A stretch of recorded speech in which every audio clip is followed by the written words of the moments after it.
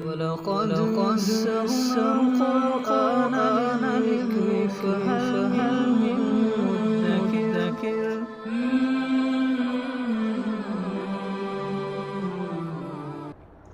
سورہ انعام آیت نمبر 93۔ اعوذ باللہ من الشیطان الرجیم، بسم اللہ الرحمن الرحیم۔ ومن اظلم ممن افترى على الله كذبا او قال اوحي الي ولم يوحى اليه شيء ومن قال سانزل مثل ما انزل الله ولو ترى اذ الظالمون في غمرات الموت والملائكة باسطوا ايديهم اخرجوا انفسكم اليوم تجزون عذاب الهون بما كنتم تقولون على الله غير الحق وَكُنْتُمْ عَنْ آيَاتِهِ تَسْتَكْبِرُونَ۔ اور اس سے بڑا ظالم کون ہو سکتا ہے جو اللہ پر جھوٹ باندھے، یعنی اللہ تعالیٰ کی طرف کسی جھوٹ کو منسوب کر دے۔ او قال اوحی الیہ، یا وہ کہے کہ میری طرف وحی کی گئی ہے، وَلَمْ يُوحَى إِلَيْهِ شَيْءٌ، حالانکہ اس کی طرف کچھ بھی وحی نہیں کیا گیا۔ یعنی یہ دونوں باتیں برابر ہیں، یہ دعویٰ کرنا کہ میری طرف وحی کی گئی ہے یا اللہ تعالیٰ کی طرف جھوٹ کو منسوب کرنا، یہ دونوں باتیں برابر ہیں۔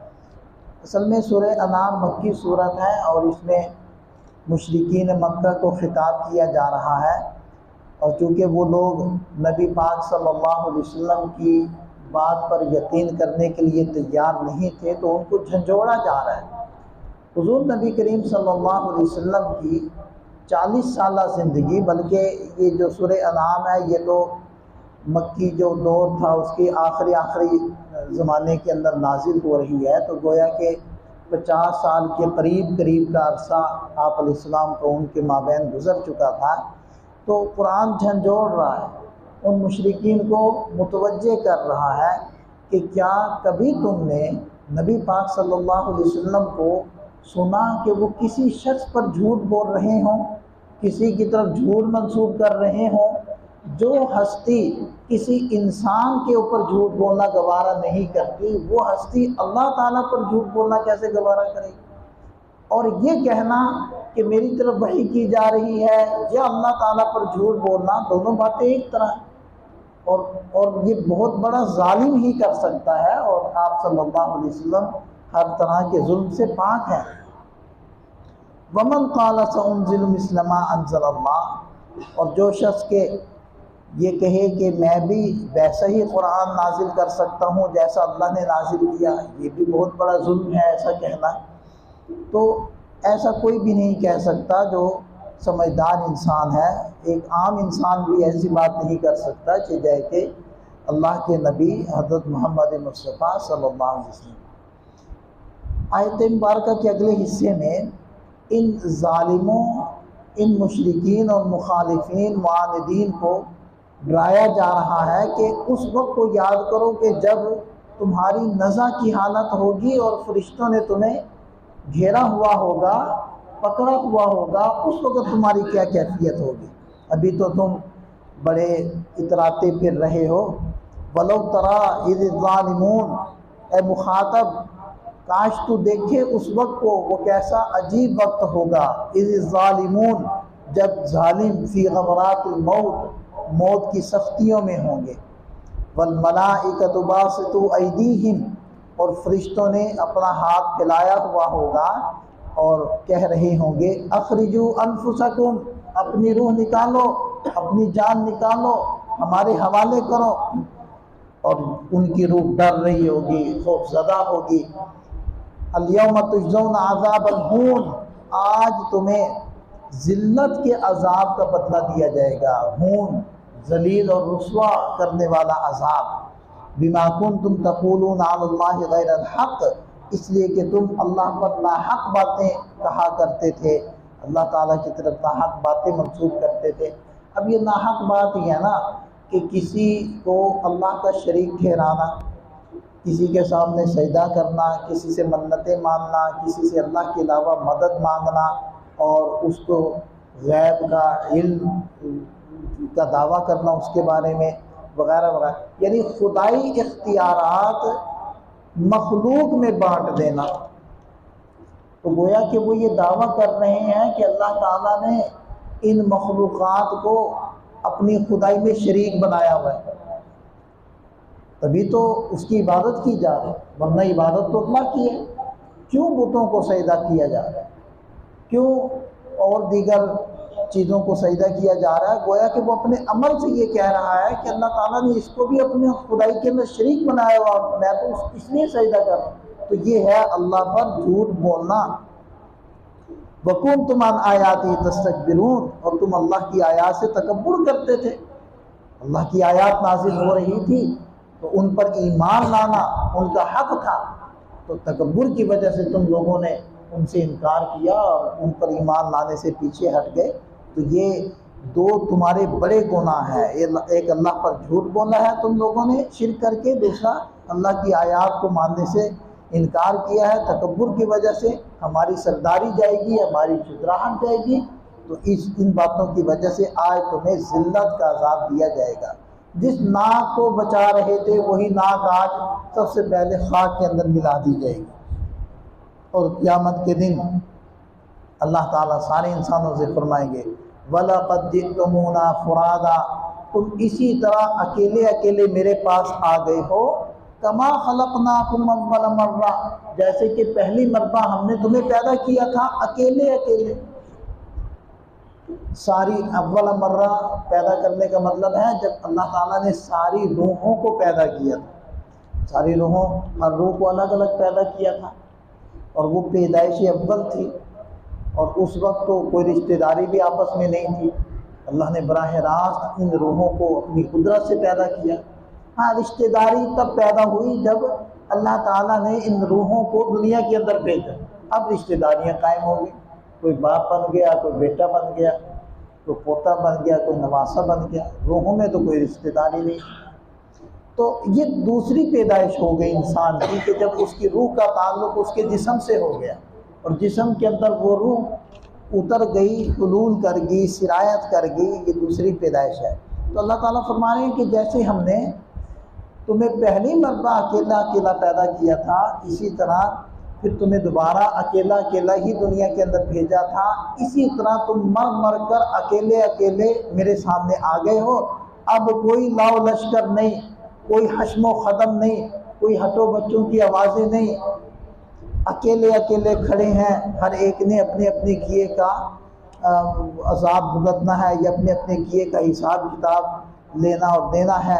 وَتَرَكْتُم مَّا خَوَّلْنَاكُمْ، اور وہ سب چیزیں تم پیچھے چھوڑ آئے، وَرَاءَ ظُهُورِكُمْ، اپنی پیٹھ پیچھے چھوڑ آئے، مَّا خَوَّلْنَاكُمْ، جن چیزوں میں میں نے تمہیں لپیٹا تھا۔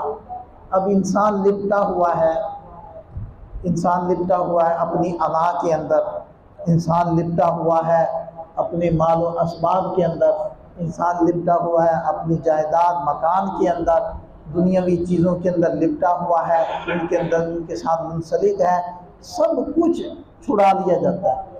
بالکل انسان جس حالت میں دنیا کے اندر آیا تھا اسی حالت میں واپس بلا لیا جائے۔ کاش یہ بات انسان کو سمجھ میں آ جائے۔ کل عصر میں ایک روایت سنائی تھی حضرت ابو ہریرہ رضی اللہ عنہ، اس روایت کو اس کے ساتھ جوڑے کہ نبی پاک صلی اللہ علیہ وسلم نے ارشاد فرمایا کہ انسان کہتا رہتا ہے دنیا کے اندر یہ میرا مال ہے، یہ میرا مال ہے، جمع کرتا ہے، اکٹھا کرتا ہے، لڑتا ہے، یہ میرا مال ہے، یہ میرا مال ہے۔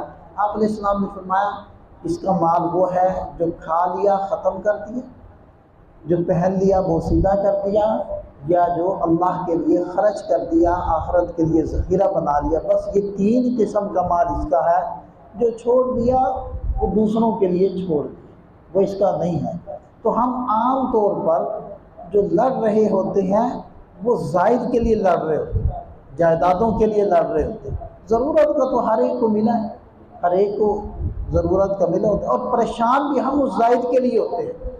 ضرورت کے لیے ہمیں پریشان ہونے کی ضرورت نہیں۔ جو مخلوق پر اکثر جو لوگ پریشان ہیں، بہت تھوڑے لوگ ہوں گے جو ضرورت کے لیے پریشان، اکثر تو زیادتی کے لیے پریشان، میرے پاس وہ جائیداد نہیں، میرے پاس وہ چیزیں نہیں ہیں، اور عام طور پر مستقبل کے لیے پریشان، حال میں ان کی ساری ضرورتیں پوری، کل کو یہ نہ ہو جائے، کل کو وہ نہ ہو جائے، بچوں کی شادیاں کرنی، بچیوں کو جہیز دینے ہیں، ہر بچے کو الگ الگ مکان بنا کے دینا ہے، ان سب کے پاس گاڑیاں ہونی چاہیے، نوکریاں ہونی چاہیے، ان ساری فکروں میں ہم پڑے۔ حالانکہ جو فکر ہمارے ذمے تھی اس کے اندر ہم نہیں پڑے، جو فکر ہمارے ذمے نہیں ہے اس کے پیچھے پڑے۔ پرندے کبھی بھی اپنے بچوں کو گھونسلے بنا کر نہیں دیتے، اڑنا سکھاتے، تو ہم نے ان بچوں کو اڑنا سکھانا تھا، اس کی کوئی پرواہ نہیں، البتہ گھونسلے بنا کر دینے کی بڑی پرواہ۔ تو بہرحال ارشاد فرمایا کہ سب کچھ چھوڑ آئے پیر پیچھے، خالی مالی خالی ہاتھ، جیسے دنیا سے گئے تھے اسی طرح واپس آ گئے ہو۔ وَمَا نَرَىٰ مَعَكُمْ شُفَعَاءَكُمُ الَّذِينَ زَعَمْتُمْ أَنَّهُمْ فِيكُمْ شُرَكَاءُ، اور ہم تمہارے وہ سفارشی نہیں دیکھ رہے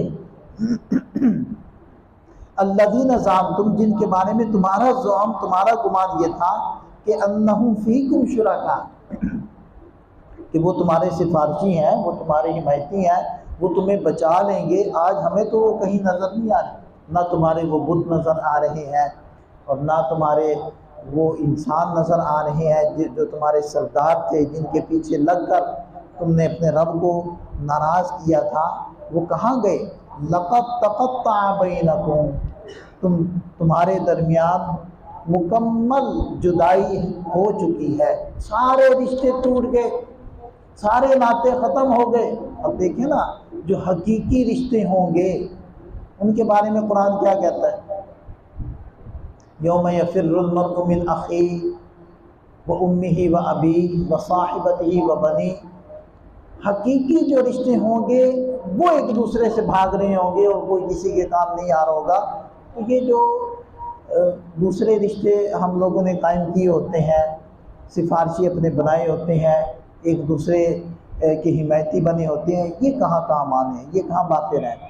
سب الاخلاء یومئذ بعضهم لبعض عدو، سارے دوست اس دن ایک دوسرے کے دشمن بن جائیں گے، الا المتقین، بس تقوی والے کام آئیں گے، تقوی کی دوستی کام آئے گی، نیکوں کی دوستی کام آئے گی وہاں بھی، اس کے علاوہ برے دوست کوئی کام نہیں آئے گا۔